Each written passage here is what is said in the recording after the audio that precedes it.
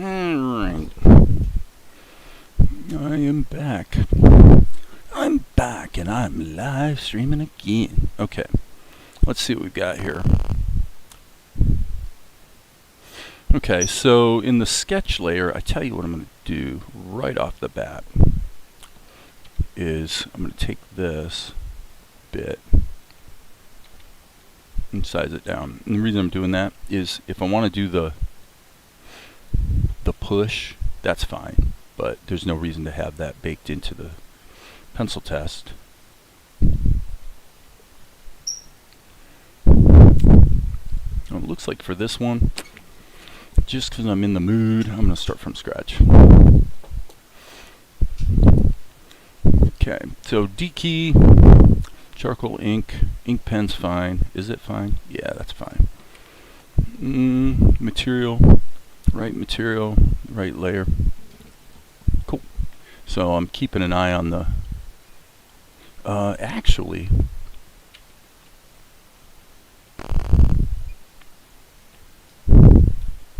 I'm going to try to do what I was talking about this morning and plan ahead a bit. I'm going to put the eyebrows there. Eyes, he's pretty much got these squinty eyes that are never open. Although, to be fair, actually, let me strike that. In this particular shot, his eyes do open up like that. So let's put the eyes on their own layer. So I'm trying to apply my own, take my own advice here. Mouth-wise, and just smack it in there. And then go ahead and ink him from there. So, boop, boop. So I'm keeping an eye on the shots in Vegas that were already done so I don't accidentally deviate on this guy's characterization.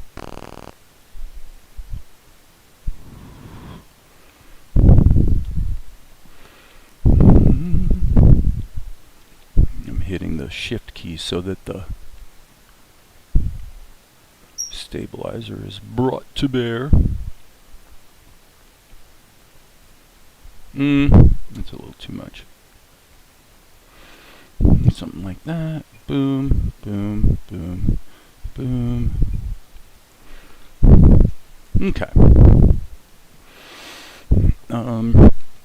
Remember, you can always, let's go into edit mode. You can always Control +++ will expand that, and can always add a little variety back in, like so. You can see obviously the cursor's not in the right place, but for our purposes right now that really does not matter. Okay.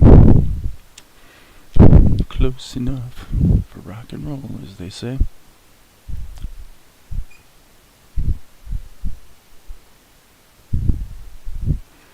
That'll work. Looks like his hair pretty much just falls.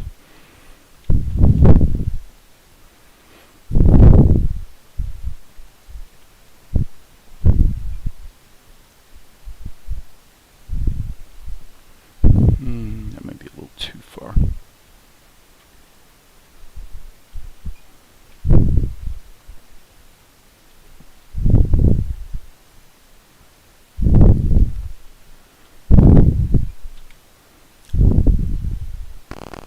Slight adjustment.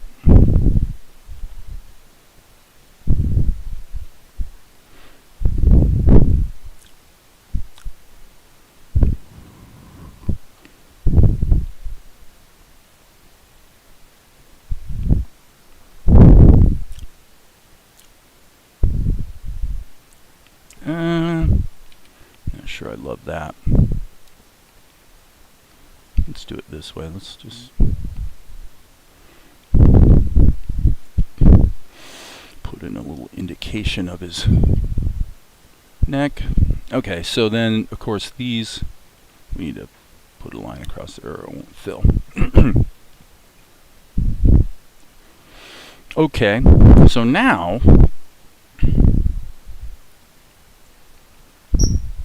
let's go to the sketch layer. For my purposes here, what I'm going to do is a little unusual. Whoops, I don't want to grab all of that. I just want to grab this. And what I actually want to do is, actually, I'm going to shrink this, just hit the G key and move it over here. I just want to be able to see it, so I know what I'm doing. Now, that key can be, well, let's move it downstream so it's still there, but it's not on the key we are currently working on. Okay, so now there's obviously one kind of doofy problem right here. I was a bit sloppy.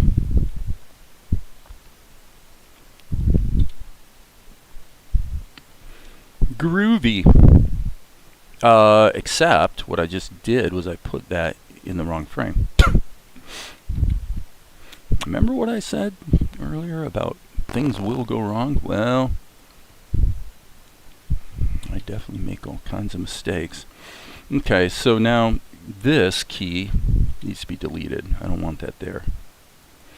Because the whole gist of this is going to be to try to do as much with sculpting as possible. Just because that's the particular little exercise I feel like doing, you know.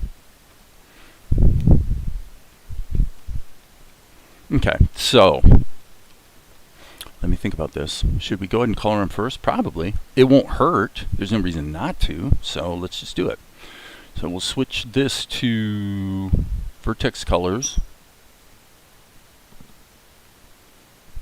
Vertex colors. Tavern Keeper.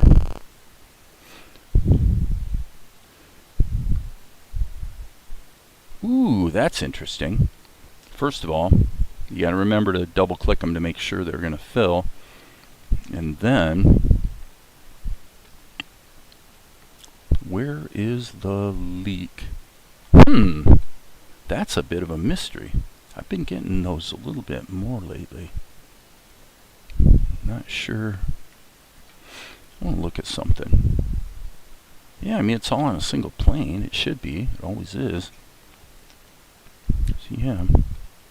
If this was leaking, that I could understand. There we go. Okay, and then let's smack that. Very good. Boom, boom. Oopsie. Another leak.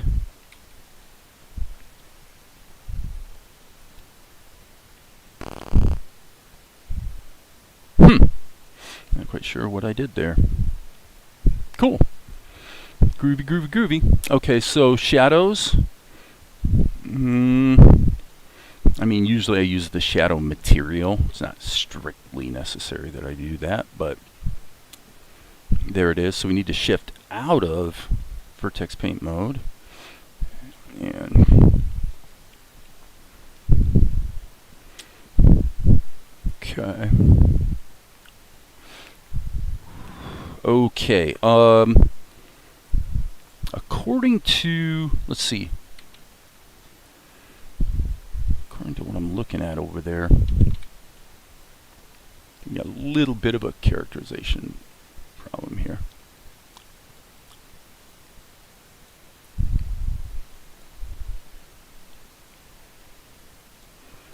Not much, just a little bit. Okay. Back to the shadow layer, D key, we got the right material.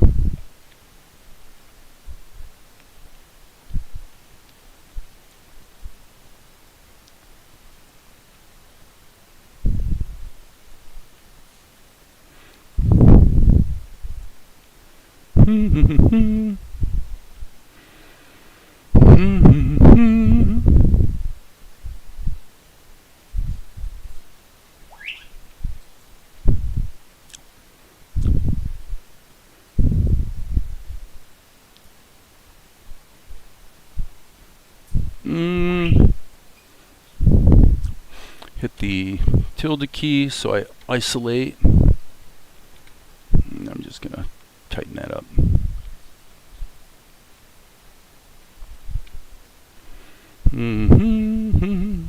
Back to the D key.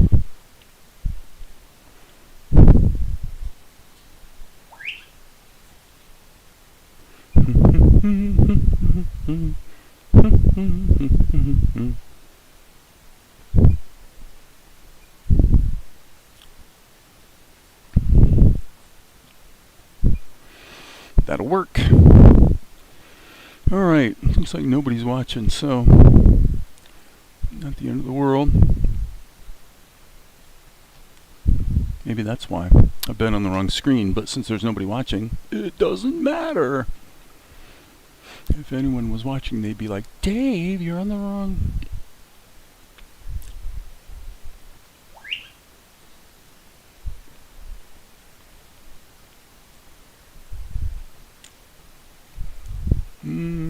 Sorry, got a little bit of fiddling in the other screen I'm doing. Okay, so where are we at?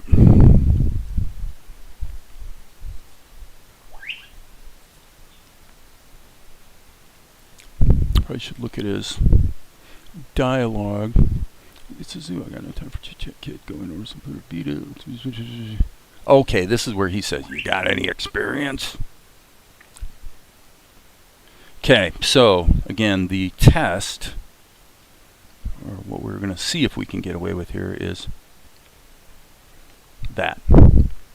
How would we do that? Well, tilde key so that all of my channels are exposed. Now, if I want to be really meticulous about it, I would lock any layers that I definitely don't need a keyframe on. Shadows. So we've got actually that. Yeah, there we go. Alright, so how are we going to do it? Well, step one would be probably a twist. Ooh, I like that. Just because of the way the fall off worked, it, yeah, that's pretty nice actually.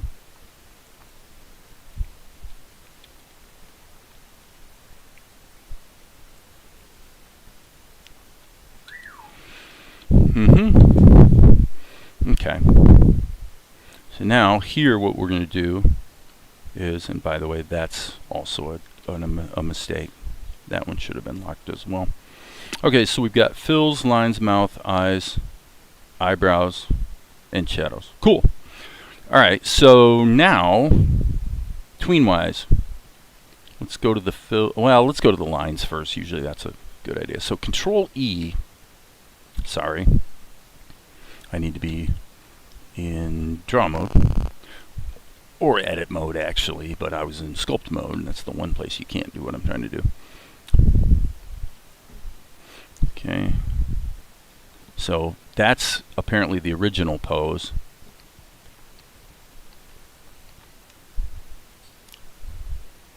You know, I can see now that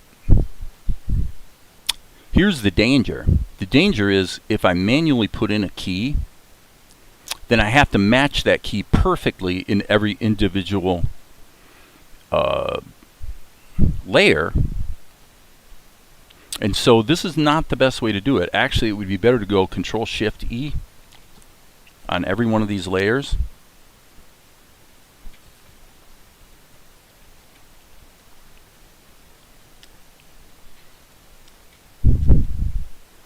Looks like the fills. Okay.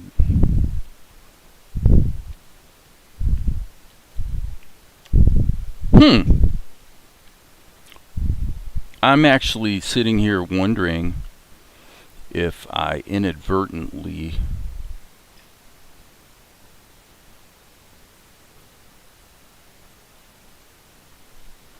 that sucks. That actually sucks quite a bit. Why did I have my fills locked? You know what? We got to do it right. So take all of this. Damn. I guess we could at least try to make this work. So if you don't know what the heck I'm even talking about, Well, the problem is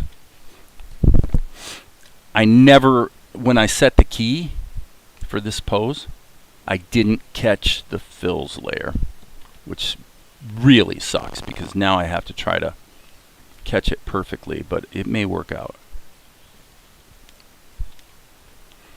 And as you can see, the odds of that are pretty low. To which you say, well, you could always just refill it. Yep, you could.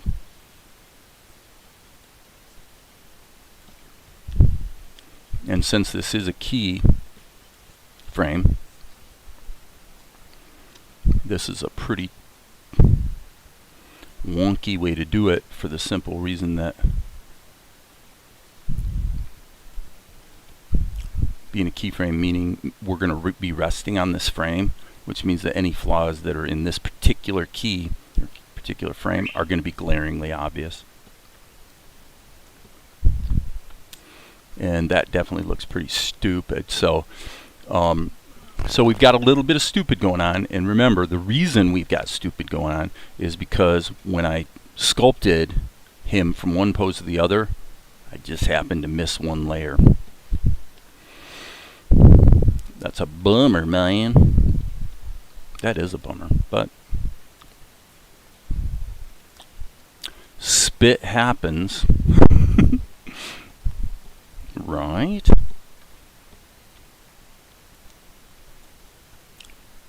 Yeah, that right there is where it gets really winky. This can require a little bit of cleanup work, but we might be okay. I think we might be okay. Okay, so let's go ahead and tween it. We need to be in draw mode. And something's missing. And it would be the eyebrows. Okay, so I'm doing it this way so that I know we have a uniform tween across all layers. And then to make it work, probably right about there is the one we want. Well, let's see. We probably want, actually it's probably more like this one. So what we want to do is we want to have a easing out of this pose and then snap to the next one. So what I'm going to do is, lacking a better idea, I'm going to take this stuff and just move it downstream and see how it feels. And yeah, it's a little, it's too slow. Now could we just, now we can't move them closer together, obviously. So we got to kill that one, take this one, and now we're back in business, I think. Yep. Okay, so that's that. And then this gives us some insight into what should be going on with the guy's eyes. So what we're going to do is go to the eyebrows, hit the tilde key, and DE. Wait, according to the pencil test, okay, that's not what was supposed to happen. Better hit undo a couple times. Like a fool, I grabbed the wrong thing. Okay, so this is going to be up like that, and this is going to be kind of squunched down.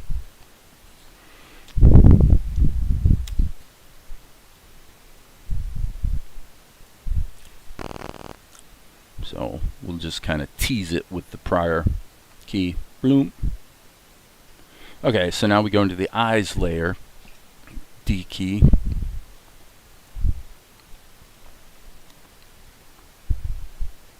Whoops. Wrong material there, Jack.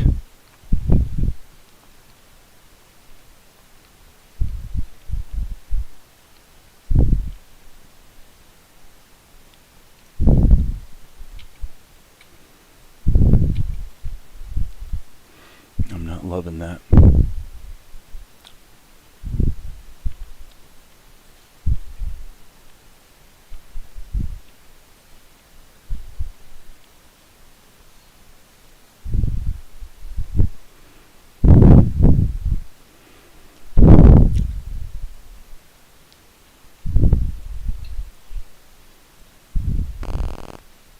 this looks pretty awful at the moment. Oh, whoops. And sloppy, so we'll just redo that part.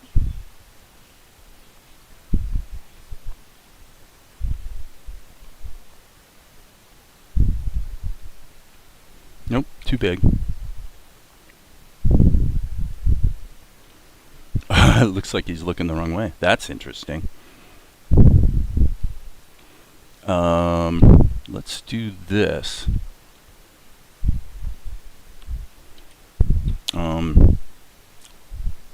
Let's move that to the eyes. Wait. Golly, that'd be like making a distinction between the eyes and the pupils. I'm not down with that much of a change, so instead what I'm going to do is just take these and now watch this.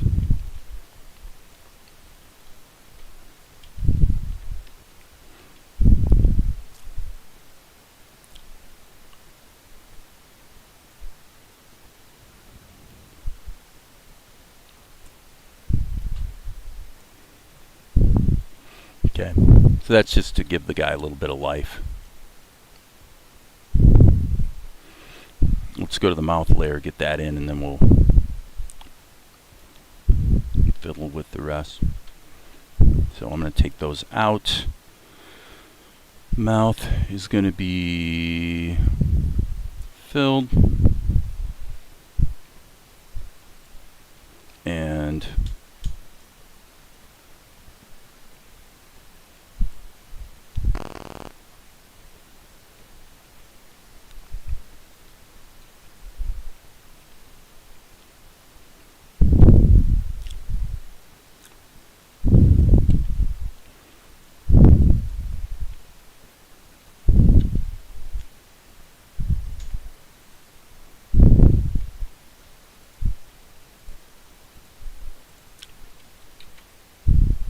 boom.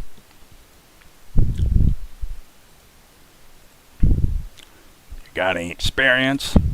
Okay.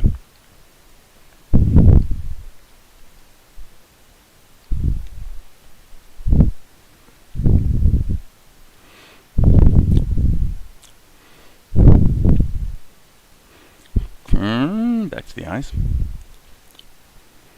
And what we're going to do is we're going to... Do I have a whites of eyes? I've got a whites of eyes material, so let's go with that. Okay. Then what we're going to do is we're going to draw strokes on back.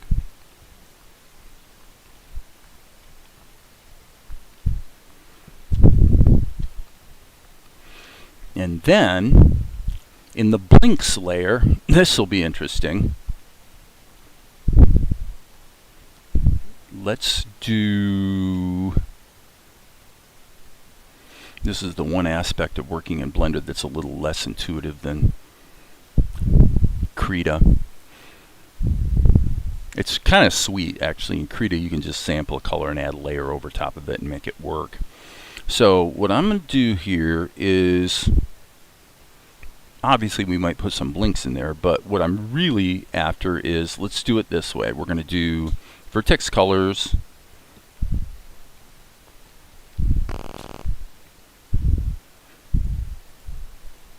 Okay. Flesh tone.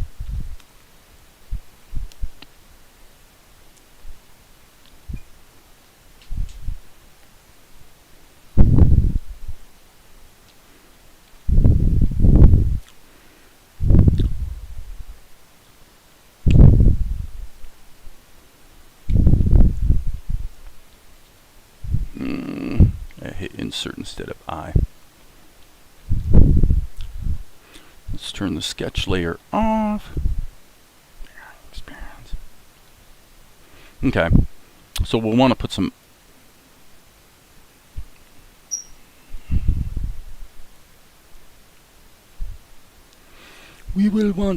some lines on those blink bits. Okay, so now what we're looking for is, I'm just trying to talk myself through this so I can kind of move quickly. What I want to be is in regular material mode. This really needs to be whites of eyes, which is there.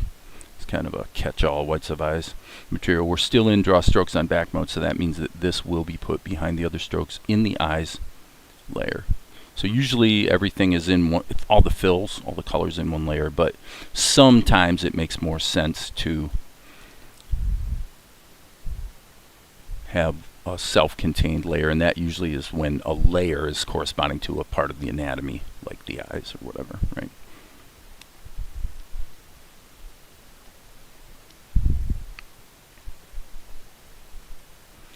Okay. Again, we're cheating a little bit here by going into the blinks layer for this. Pen, I think that's what I want.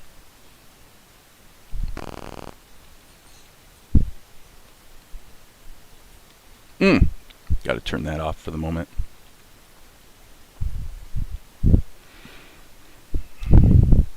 Okay, so now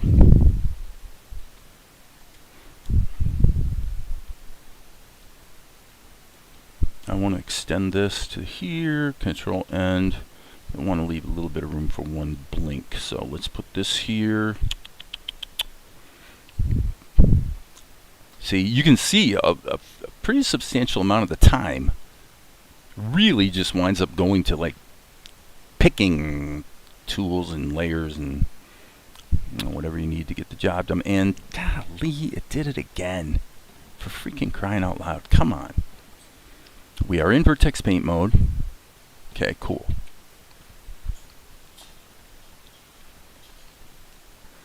Always remember to select your colors twice. And then we'll just hit the I key and see what we've got.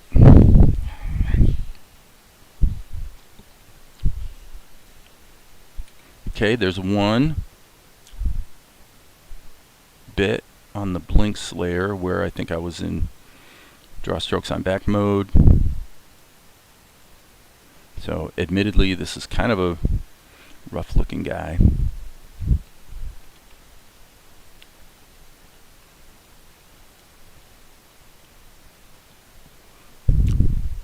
But that's okay. I don't mind that. It looks all right. Okay, so let's do the usual. We're going to go to the RAM disk, which I believe is Control-Shift-7, or is it 8? It's 8. Okay, in the RAM disk, delete everything. And we're going to be reusing this shot, so we might as well just leave everything there, because we cobbled together a Melchizedek shot a moment ago, or well, a while ago, from the previous one. So what I'm going to do is just render it.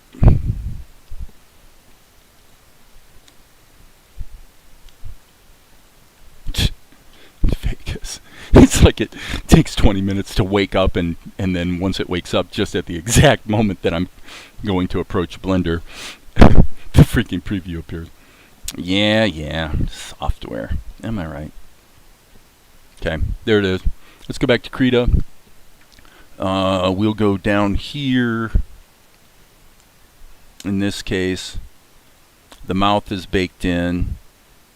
So I'm just going to turn these extra layers off for the moment, since I did the stuff in Blender, meaning mouth and eyes and everything. So let's turn this layer off as well, and let's import the animation frames. 1, 2, 2. RAM drive. It's not a very long shot. Pull it in. Okay. And Krita. Learn Krita to pin layers to the timeline. Okay, so now you can see some of the flaws, because obviously the rim light, let's actually get rid of that. I think I might re-render this.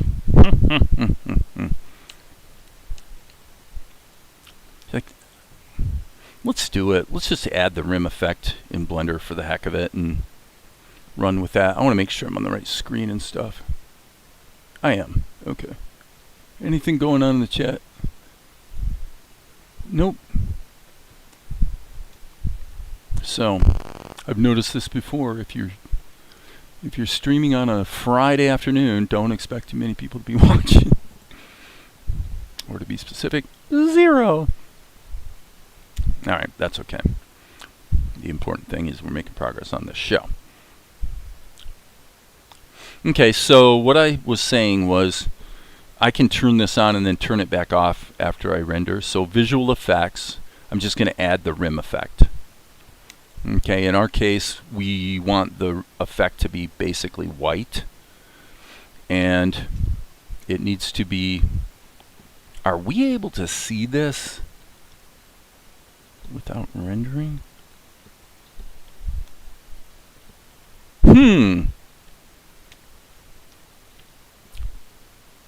Blur. So we should be seeing it here. What am I missing? What am I missing, friends? Overlay is okay. Offset, it's at 50 pixels. And no amount of moving it seems to do anything. And yet it's not rendering into the guy. I wonder why. What am I missing? There's something really obvious that I'm missing right now.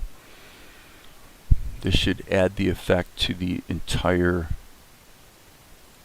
grease pen. When you do modifiers, like, you know, like noise, for example, to make your line shake, you can specify what layer it applies to, but with effects, at least in this version of Blender, you can't. It's going to be applied to everything.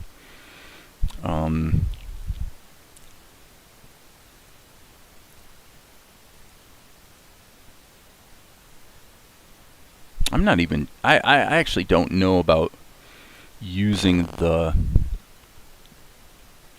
mask, adjusting the mask color. I have no idea what that does in practice. And it's impossible right now to see, for the simple reason that Blender has decided that...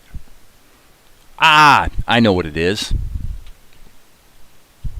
You've got to be in object mode. I forgot about that. You've got to be in object mode. And yep, there it is. Okay. So you got to be in object mode, and you need to be in fully rendered mode too. Okay, so now looking at the show, yeah, I mean, obviously we have the rim on the completely wrong side of the guy. So let's pull it down a little bit and pop it over a little bit. And should we blur it a little?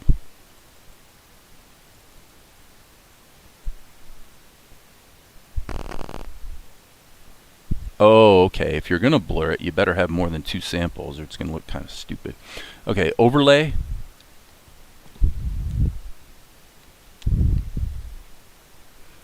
Kind of good. So now what I'm looking for is, how do we hyper down the... Oh, I know. Okay, we just make the color a little less opaque. So I'm just eyeballing it to make it match what we did before. And then for sure, this is too much, way too much blur. The rim lights we did before were not blurred at all, so I don't want to change things too much. Okay, cool. We'll just re-render that guy and bring him back into Krita, and good to go. All right, boom. So here, and there is a little touch-up we're going to have to do on the color, but that's no big deal. So might as well chuck that. File, import animation frames. Here, open. Pin it to the timeline. And you can't drag it there, you gotta drag it here. So let's drag it there. For now, I'm gonna just start killing these other layers that are not necessary. And let's resave this under a different name, then we'll clean up these anomalies that are showing up around the edges. That'll take a couple minutes. So our shot would, well, I'll just do it this way. Let's go File, Save As, and the last shot was K. So this is going to be 03-92L.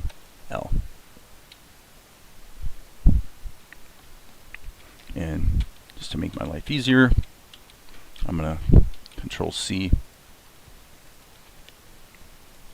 Control V, and as far as rendering goes, delete that, make it an L. Delete that, make it an L. Okay, now I'm going to cancel because I don't want it to create 800 trillion frames that I don't need. Well, actually, I guess it cuts off there, so it probably wouldn't matter. But anyway, what we're going to do next is, we can't isolate the layer that way because then we can't see what we're doing. So let's turn all of these off for the moment. And the transform mask, obviously pretty important. I'm assuming this here is just a Krita artifact. Okay, so now grab the right brush in erase mode. And so I'm just looking for anomalies that maybe could be cleaned up a bit. Let me think about this for a minute. Having those corrections baked into the actual layer is a little problematic. This is why using Loom to render wouldn't be the worst thing. So I need to do some cleanup on this.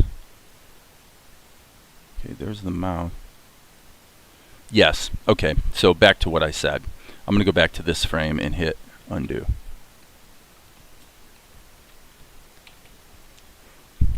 Oops. Okay, so the reason I'm hitting undo is because if I'm going to correct these little bleed overs, I'm going to do it in a separate layer. Because that way, if I do a keyframe that erases this, then that change is going to propagate over all the frames until he moves. So otherwise I'm kind of pissing in the wind here trying to actually, let's use a more blatant color that's easy to see. Okay, so then this layer gets put into erase mode. And this bit here, I'm not so sure about, but I do feel like I kind of want to trim that back a little bit. So all we're looking for now is, well, while he's in motion, it doesn't matter too much.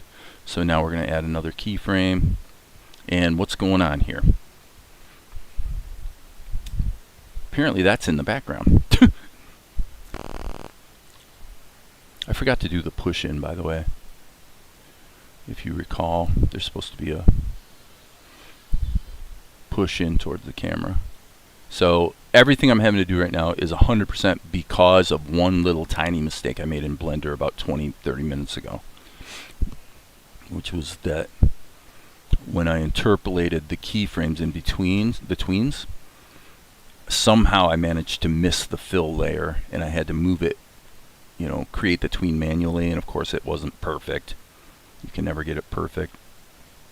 So that's why we've got these little bit of strangenesses going on. That little bit there, I think I'm going to ignore for the moment. Okay, that's probably all right. All right, so that's erase. Let's just take this, and I'm going to hit Control E and just bake that into this layer. And then I'm going to do it again. Okay, and the reason I'm going to do it again is this is not going to be an erase layer. This is going to be a just paint. So you'll see what I'm doing here in half a second. Okay, again, when he's in motion, it's not that big of a deal. So you see what I'm doing. I'm just taking other things that well, you know, am I going to create another erase layer just to catch that at this point? No. I think not. So did that pretty much do it? I guess it did.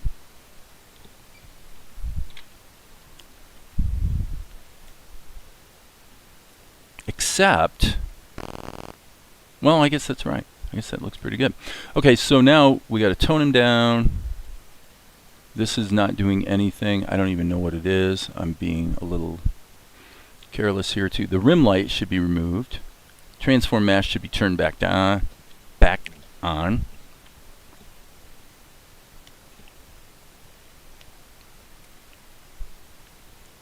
And then I'll do the smash zoom. I'll just do the smash zoom in Vegas. It's only going to be a small zoom anyway. We don't need to worry about, you know, parallax and things like that. Ba-doop, boop, ba-doop, boop. So let's jump over to Vegas and pop this baby into the show. This is going to be 92L. Boom, boom, boom.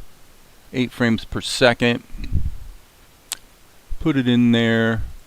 Turn off the resampling. Okay. Looks like you could use some help. Huh? I could use a job. How the hell did I do that? That's bad. That's extremely bad. Okay, well, actually, I'm gonna have to stop here because this illustrates beautifully why one mistake that's not corrected in exactly the right way very early in the process will hose you over and over again, and the hosing never ends. And what winds up happening is you say, well, I'm just going to have a glaring, horrible mistake in my show and just pretend it's not there because it's too much work to fix it, which is what I'm not going to do. Why do I say that? Well, because you can see, I mean, pretty obviously, I don't know how I missed it, but there it is. I keep telling you guys, I never, ever do anything right the first time. It's just a fact of life I've gotten used to. No matter what I do, I always have to wind up doing things twice. So the lines aren't the same, probably because of the brush I use, but that's easy to fix. That's like stupidly easy to fix. You go into Blender. Look at how easy this is. We just go into Blender to the lines layer that has the outlines in it, and all we actually have to do is go into edit mode, select everything in multi-frame mode. Whoops. See what I mean? Never do anything right the first time. Okay. So now all we actually have to do is grab all of these lines and thin them, which is Alt S. And arguably that solves everything. It probably does. So you say, well, then what's the problem? Well, the problem is that all of the corrections I did to clean up these edges that were wacky, and everything that I did in Krita is now lost. Get it? So not catching this problem early just cost me hugely, because effectively I have to do the whole shot over again, basically, as far as at least the cleanup and background work and whatnot. Is there a middle ground? Yeah, I mean, maybe in the sense that you could probably get away with the thicker lines during the tweens or something, but no, it's pretty bad. That's a bummer, but what are you going to do? Mistakes, mistakes, mistakes. Life is about making 10 trillion mistakes, whittling out the bad ones, you know, and adjusting. That's why I was talking about this morning. Of course, I actually deleted the live stream because I thought too much time got spent talking about blah blah instead of working on animation. But this is one of those deals that makes you go, oop, stop everything and start over. Okay. In this case, this is way out there on a limb. It's probably not going to work, but I'm going to try.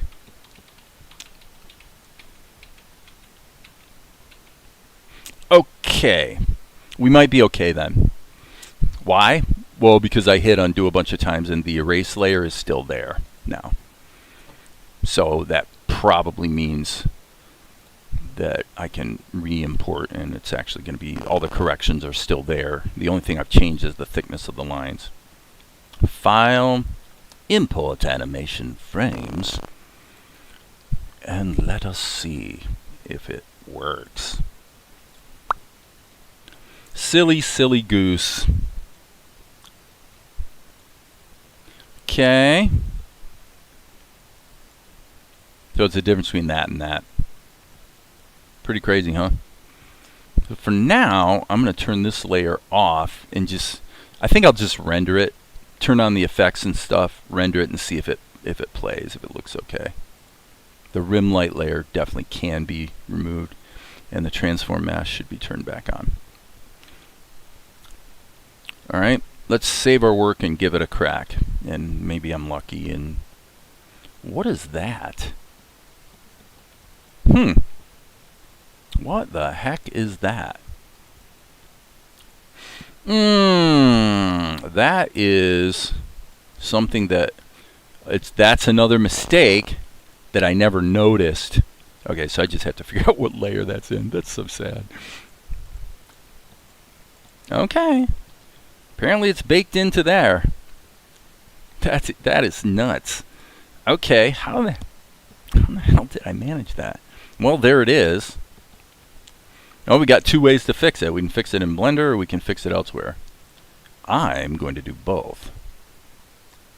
I don't have any idea where that even came from.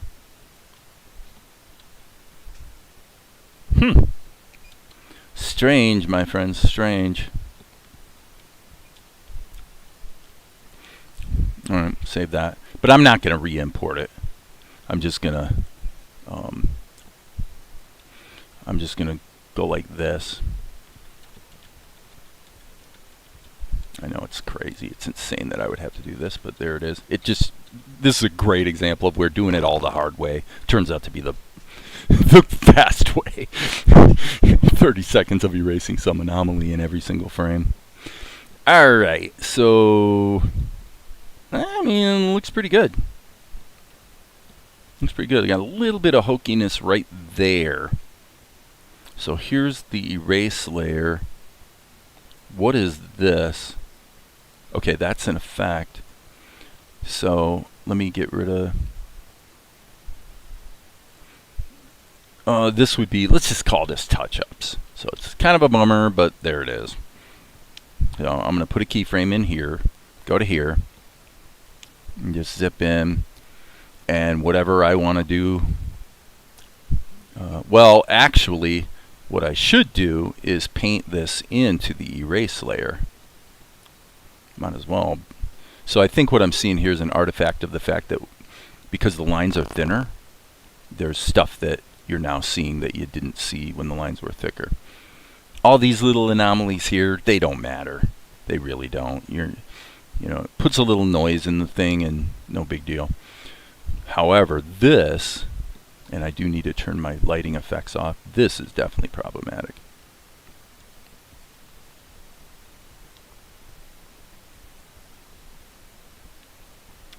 I'm just going to smack that over top of that. And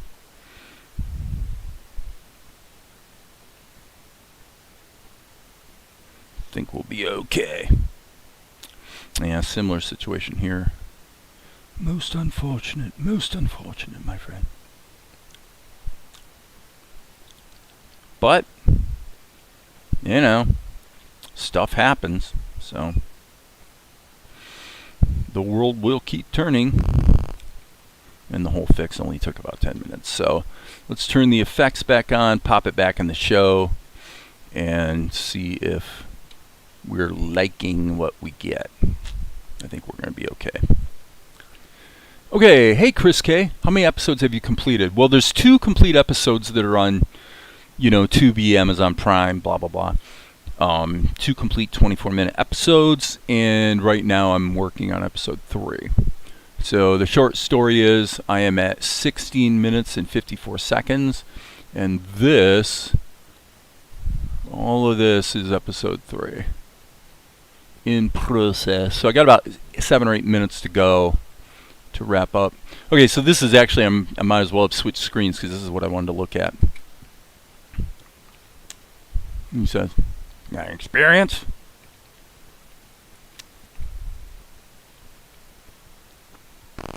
Okay, so when he said experience, that's where I was going to put the little bit of a push. So we would go like this, go forward just a little bit, and just squeeze in a little bit.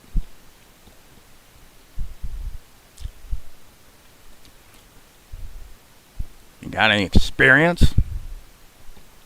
Okay, so the only other thing I want to fiddle with, as long as I'm here and it's no skin off my back to do it, is I'm going to go into the touch-ups layer and actually do a little bit of a fix-up here on his eyes. Because, I mean, those who are saying, man, Dave, that seems kind of sloppy there, what you got going on. Yeah, it is. It is a little bit on the sloppy side. So let's see here. I'm pretty sure this did not get pinned to the timeline because Krita never pins anything to the timeline unless you don't want it to.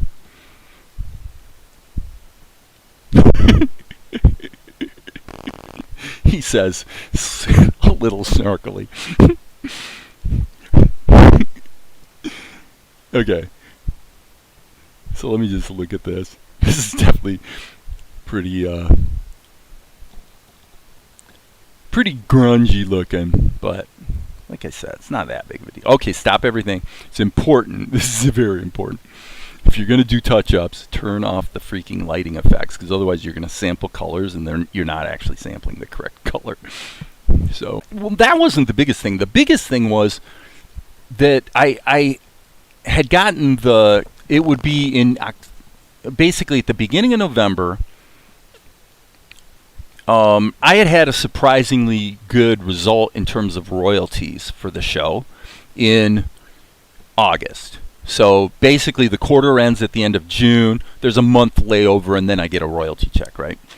So it was one of those deals where August was surprisingly good. Like after being out there and available for 2 years, all of a sudden the show seems to be grabbing. And so I'm like, okay, well, I'm going to wait until next quarter and see what's going on. And what happened was, in the meantime, I had a conversation with my distributor to say, look, is this an anomaly? Is this like, did you guys like make a big sale of your entire content library to, you know, to New Zealand or something? And my show was bundled in with it. And so that's why the numbers seem to be really good. And basically the answer was no. We're not really sure why it's doing well, but it's doing well on Amazon Prime, and Amazon Prime seems to be carrying it. So I'm like, okay.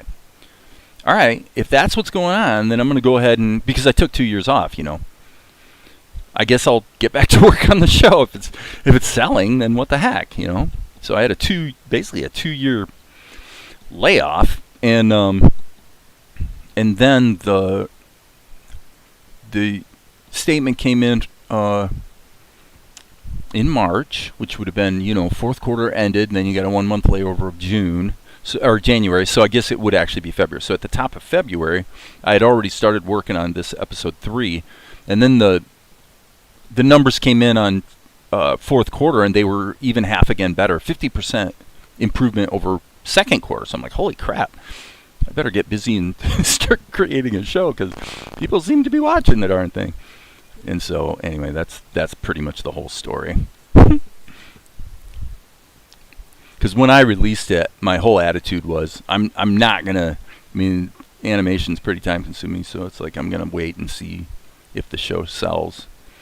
And it took, literally almost 2 years for it to grab. I have no idea why it grabbed, but it did. And once it did, and even actually the distributor, we were talking, and he said, you know, what we find is once something grabs like that, it tends to stay grabbed for a while. You know, so does that mean a year? You know, I don't know.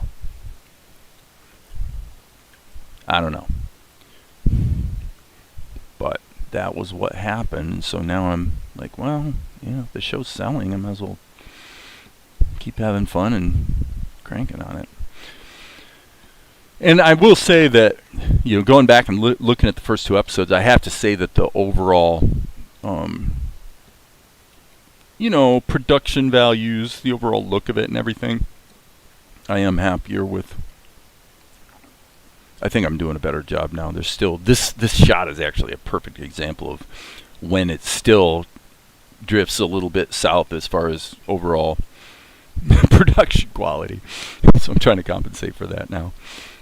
But there it is. Do you think of doing crowdfunding? Well, it's interesting because, and by the way, to answer the earlier question, so I basically bowed out of day trading because I find others may be different, but for me, I can't be involved with the market a lot and have my interests divided between a project like this. I maybe others can, but I don't seem to be able to give good attention to both at the same time, and it's just a little too stressful and stuff. Oops, I didn't mean to hit erase. So the second question was, I seem to be faster now. So crowdfunding introduces an interesting question because you know, at the risk of, you know, bugging my distributor if he happened to be listening right now, which I guarantee you he's not, but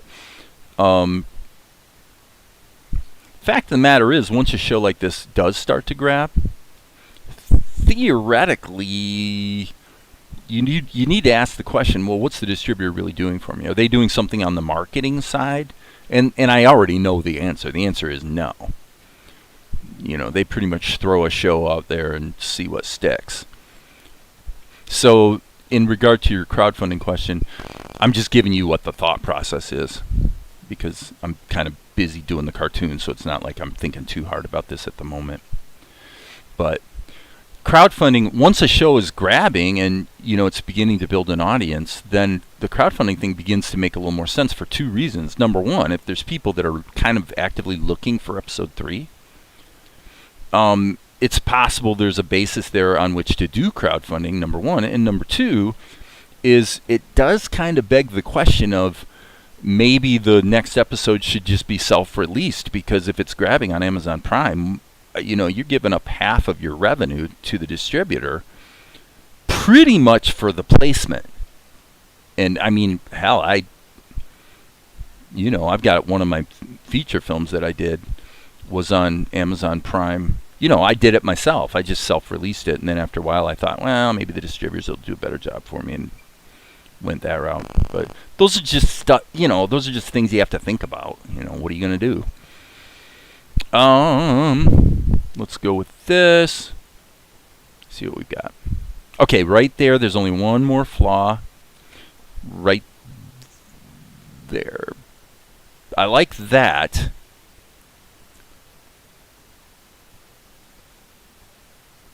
Okay, so that's after the blink. Yeah, that definitely needs touching up. I'm going to say, I want to thin out this line a little. Okay, stop. Got to turn these off. I said that. So yeah, everything's a little quicker now, but that doesn't... stop everything. Stop. Okay. First of all, if I'm going to put in a key here, I need to have it be a duplicate key. And obviously, okay, that's not what I meant to do. Click the wrong button.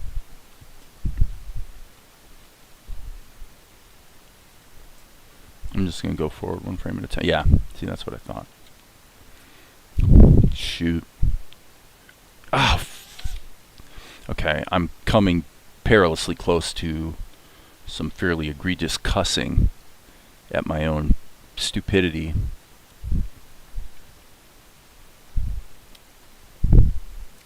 Because I keep... Like, if you're doing lip sync, you really want this to be auto key blank, because you're erasing the mouth every time and just drawing a new one. Probably in most circumstances, this would make more sense, which means by default, it's not going to completely delete the prior key. It's going to add to it, if you will.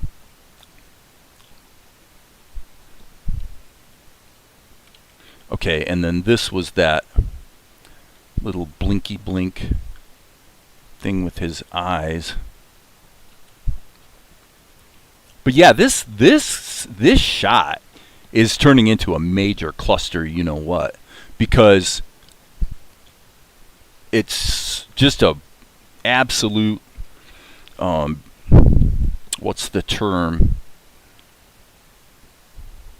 It's like what they guess they call an object lesson. It's just a great illustration of how if you have one mistake and it's not corrected exactly the right way early in the process, the process I'm going through right now of fixing up this shot is taking at least, I would say, 5 times as long as if I just fucking redid the damn thing from scratch, actually. I mean, this is becoming really, really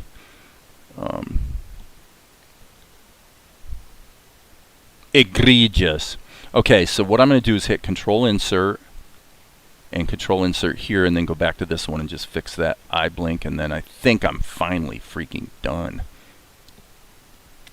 And since I'm fixing this anyway, you know, this is one of those embarrassing scenes in that, you know, don't follow my technique because everything I'm doing here is wrong.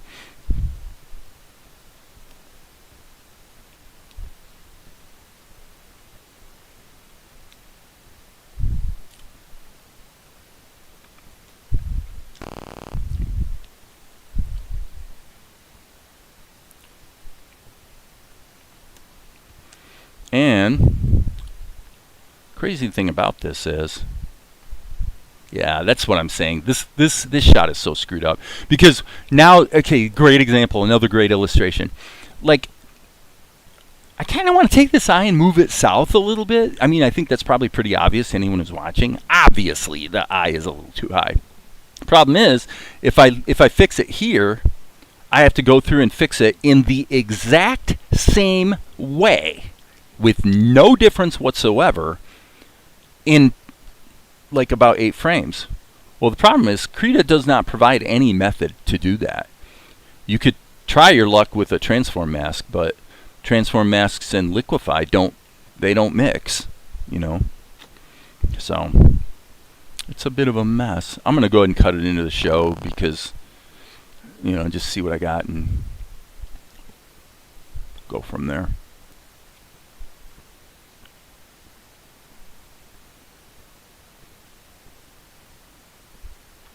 Actually, the angle on his eyes, I actually don't mind it. Okay, so let's look at this.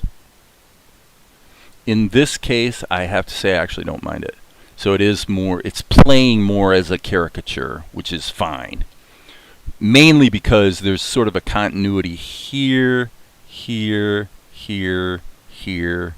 You see what I mean? There's sort of a pattern to it that actually kind of makes sense, which was the intent in the first place, by the way. I just didn't think it was really playing. Okay, cool. So we got that done. What time is it? 2:21.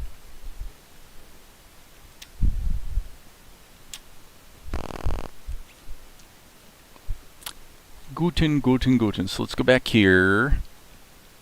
This is Al. Let's save it. And the only issue now is that yes, and it's kind of a biggie, is I forgot to add these guys back in, and the transform mask. You silly, silly goose. Cool.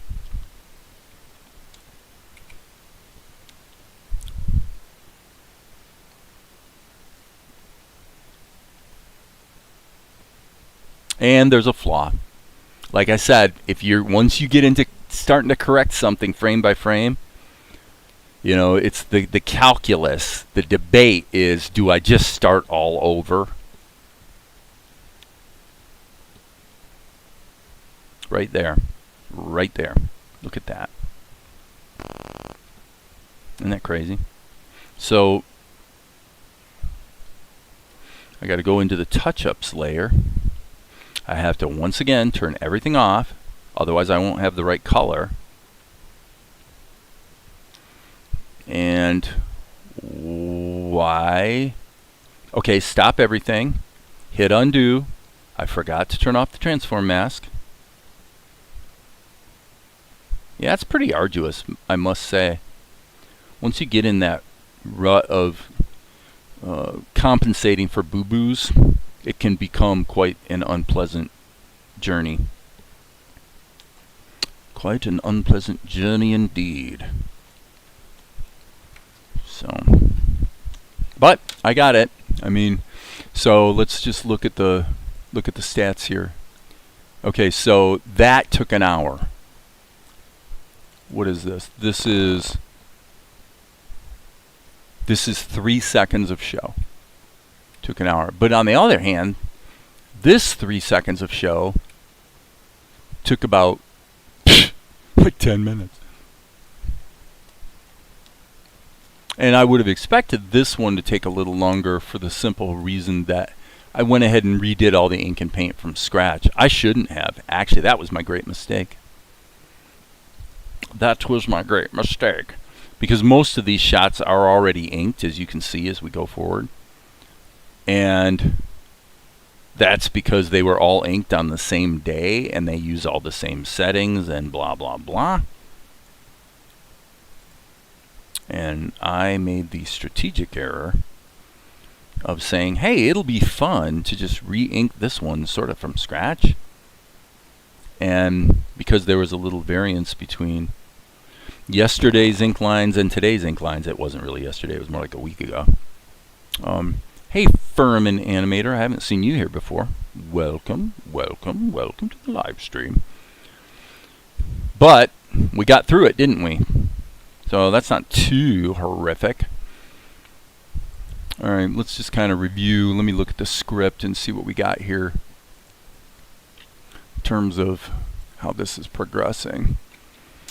Okay, so Melchizedek peeks around the building. There's the tavern. He approaches the doorway, but he's stopped by the tavern keeper. So he peeks around the corner. Out of the way, kid! Wow, crazy busy today. It's a zoo. I got no time for chit-chat, kid. Go in and order some food, or beat it. Looks like you could use some help. Yeah, I could sort of use a job. You got any experience? And that's where we're at. So this sequence, it's going to be fun because once Mel gets in there and starts waiting tables, he's going to find out that he's waiting on the very adversaries who are looking for him and Tianara and stuff. So should be kind of fun. Should be fun. So where to from here? Well, we're back to Melchizedek. So Mel, what does Mel do? Oh, yes. Okay, this is an interesting one. Okay, so this might warrant a tiny bit of explanation. So in episode 1, if you recall, if you're one of the true believers who've been following the show for a bit, you know that in episode 1 there was a sequence where Melchizedek and Asher were out in the village basically serving the poor. You know, it's kind of the food bank kind of thing. And so the whole idea here is we're having a flashback. Okay, so what would we do with that? Well, let's go back to Vegas and look at the show. Because honestly,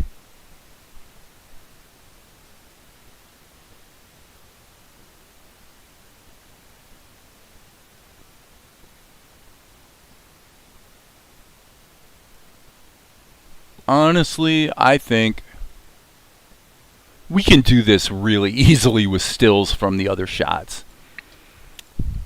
Okay? If you don't know what the heck I'm even talking about. Okay, so this is shot 392. Is that I or L? What is that? J. That's J. Okay, so let's go to 392J, and as you will see, we could actually cobble this last shot of Mel before the flashback really easily.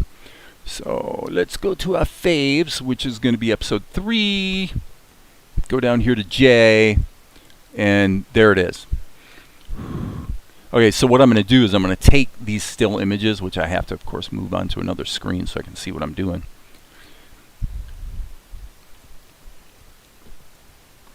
So I am going to start with this.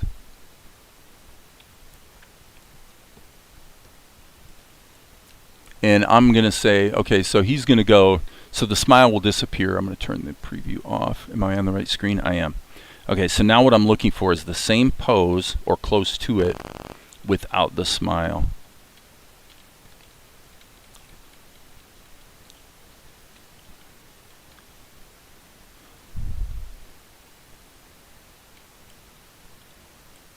Okay, so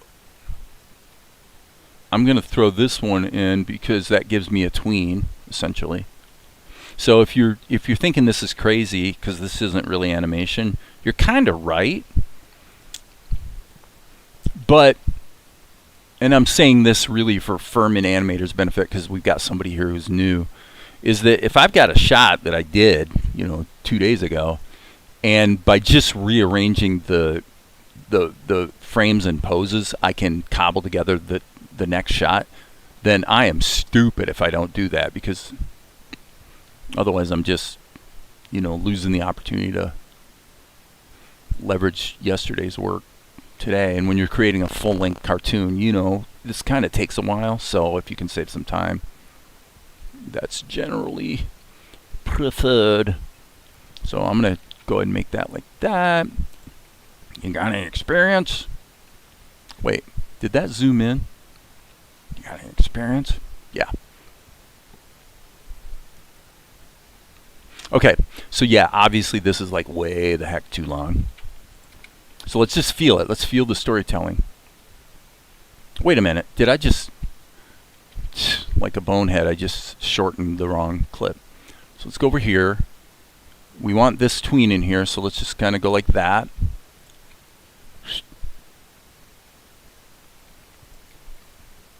Boop bop. Okay, so this is too late. Boop bop. Okay. And then this is going to dissolve into the flashback. So I'm going to have to pop the flashback in later. And then Melchizedek announces that he's been serving food his whole life, which is actually technically true. So there is, so that's where we're at. And let's kind of do a little update here in Blender. So we're going to have that in there. So let's go here, and I'm going to hit the square bracket key just to move all of these keyframes downstream, get them out of the way. And that way we can progress. So, did you do the dubbing yourself? What about the female characters? My daughter was, TNR is played by my daughter Natalie, and in the first episode or second, whatever it was, a friend of mine, Maria Torres, who kind of follows me here on the YouTube channel, she did some of the voiceovers for Fala, the servant girl, and also for Carliana, which is TNR's mother. So it's a lot of long names. TNR, Carliana, blah blah blah blah. But yeah, most of the voices, like this is the voice of Asher, the old man, and and of course Melchizedek's pretty much just my voice. I mean, just being me, just kind of like being a kid or whatever, etc., etc. But yeah, almost all the voices I did myself. Okay, so what do we got? Do we want to go ahead and grab the flashback? Well, why the heck not? It's 2:32. Let's jump over to Vegas here for half a second, and I am going to... Boy, there's more than one way to do this, but what I'm thinking is let's go to the masters for episode 1. And that would be under render final episodes. This is something that tends not to really move around. And I'm pretty sure it was episode 1. So I'm going to drag episode 1 into the trimmer here. And I just want to find the bit where they were waiting on the villagers and pop that clip into the show. We'll just steal that clip from episode 1. From the final master, actually, of episode 1. Okay, so this is all the flashback that gets the story going. Oh wait, here it is. Cool.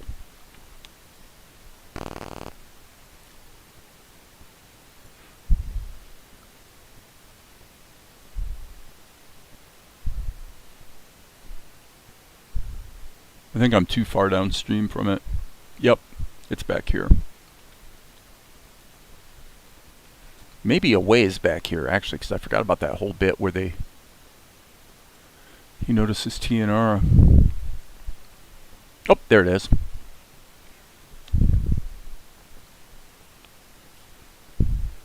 Sorry to make you sit through this, folks, but... Okay, so this...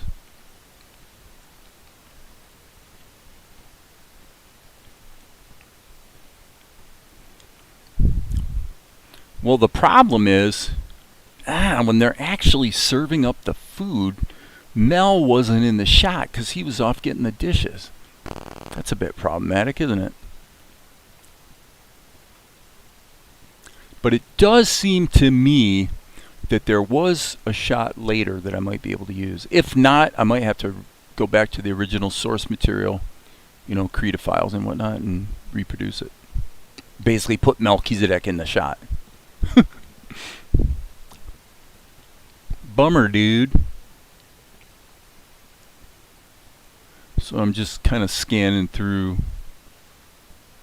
trying to find... Maybe I don't have it. Oh, there it is. Okay.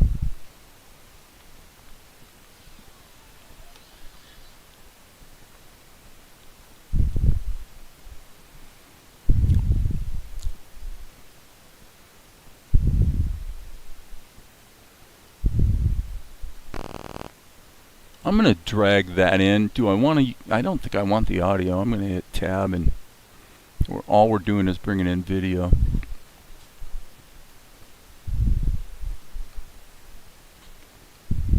And we'll just dissolve it.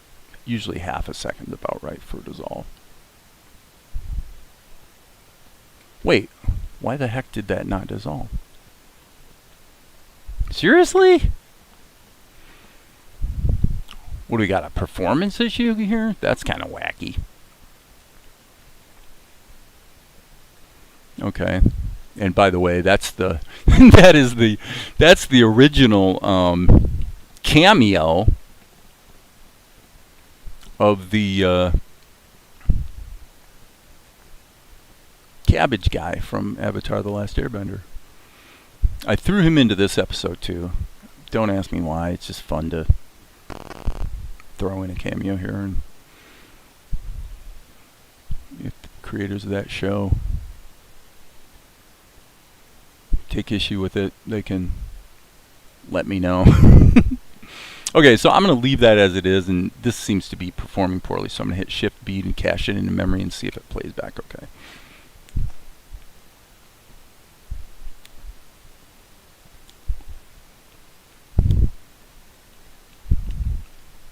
Okay, so this doesn't belong in there. I'm not sure this whole bit is really going to work. I kind of was assuming it would, but if it doesn't, the world will keep turning. It's nice to have someone help you so you can make animations with sequential stories. It's nice to have someone help you so you can make animations with sequential stories. Meaning having other voices gives you the ability to make a more complex animated show or something. Is that what you mean? I'm not sure what you mean there. This is you know, not trying to brag or anything, but this show is really literally a 99.9% all, you know, one-man show. You know, because I write it, voice it, animate it, write the musical score. So I just have my daughter jump in and do the voice of Tianara. So to the astute observer, this would be kind of a poignant moment because Mel's actually getting chewed out at the moment that this flashback occurs. So the question now becomes, do we have the material from here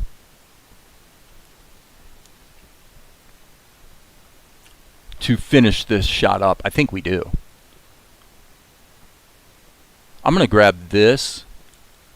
Actually, that's probably a still. Yeah, that's a still frame. So what I need to do is grab this, pop that baby into the trimmer. Are we on the right screen? I think we are.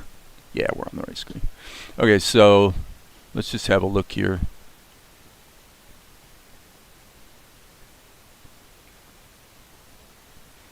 And that's not it.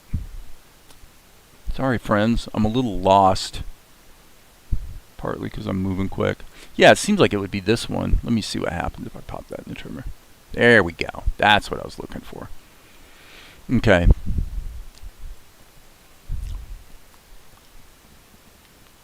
Yep, that's it. That's it right there. I can reuse that. Poof.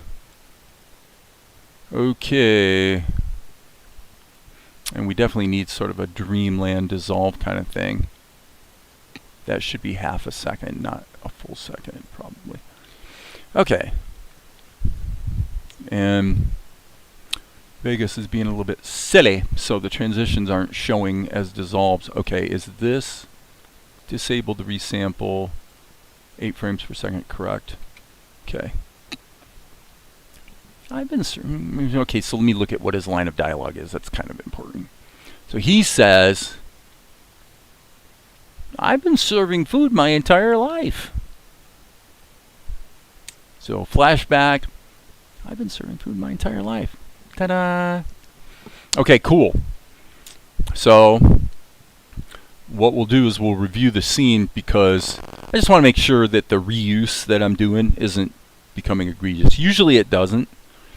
You'd be amazed at how much you can run shots in reverse and kind of cut them up into pieces and paste them back together, and it all works. Well, see, it actually is going to work because I had taken the shrug and the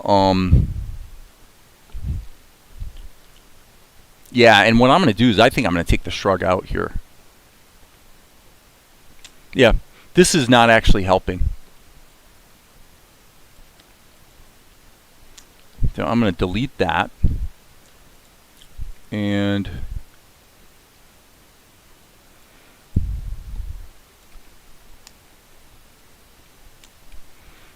so what did he say? He said, and I could sort of use a job.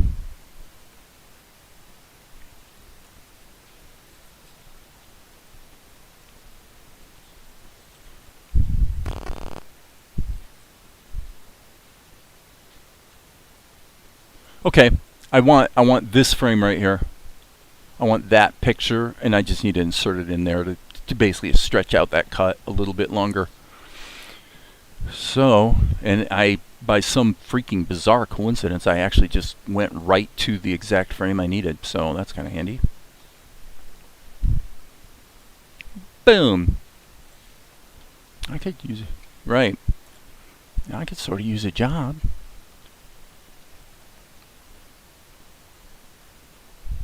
Okay, I was wrong. That's actually not the right one. Okay, dyslexia moment here. Actually, let me hit undo. Okay, I can't. I have trouble keeping track of left and right in my head when I'm multitasking. So this shot, his head comes back and then it goes back to here. So actually, right there. So the solution is probably to just do that. Yep, there we go. Problem fixed.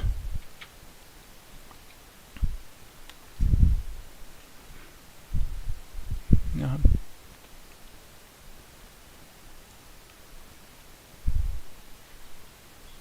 Dissolve. I don't know why that dissolve doesn't happen. That is so weird. I'm caching it into memory right now. There we go.